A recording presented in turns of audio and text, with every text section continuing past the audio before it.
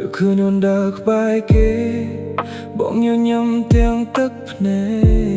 កធ្វើដូចមិនអីតែចិត្តស្ទើរបែកជាពន់ចំណែកបងក៏មានអ្នកថ្មីនៅក្បែរមិនខុសពីអូនដែរតែគ្មានអ្នកណាម្នាក់អាចជំនួសអូនក្នុងចិត្តបងបានឡើយ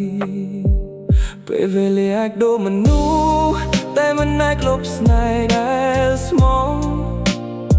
រូបអូននៅតែរស់ក្នុងការចងចាំ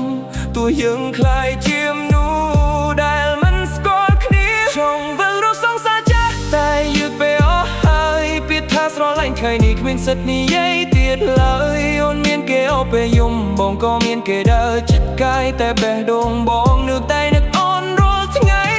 បាទបងសុំវិលទៅអតីតកាលនឹងមិនឲ្យអូនដើរចេញពីជីវិតឡើយថ្ងៃនេះបានត្រឹមឈរសំឡឹងពីចំងាយและទឹកភ្នែកក្រោមស្នាមញញឹមคล้ายคล้ายអ្នកថ្មីបងស្រឡាញ់បងដោយស្មោះតែបងបែរជាមានអារម្មណ៍ថាខ្លួនឯងខុសព្រោះក្នុងជម្រៅបេះដូងបងគួរតែមានតែគាត់តែនៅមានឈ្មោះអូនមិនដែលបាត់សំបីមួយថ្ងៃបងមិនចង់វិលទៅបំផ្លាញជីវិតអូនទេ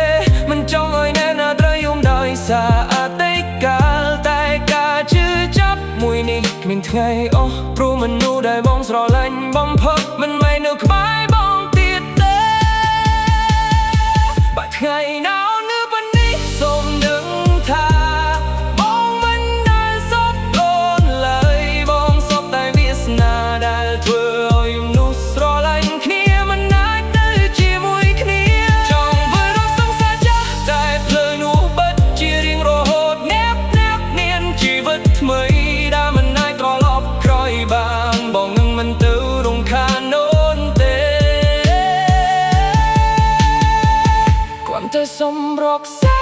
តែស្រឡាញ់នេះទុកក្នុងបេះដូ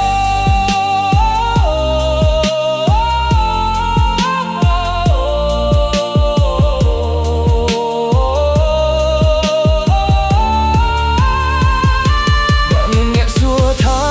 ណាធ្វើឲ្យបងហត់បំផុតបងនឹងឆ្លើយដោយគ្មានការស្ទាក់ស្ទើរថាគឺសងសាចាដែលបងចង់វិលរកតែមិនអាចវិលទៅបានទៀត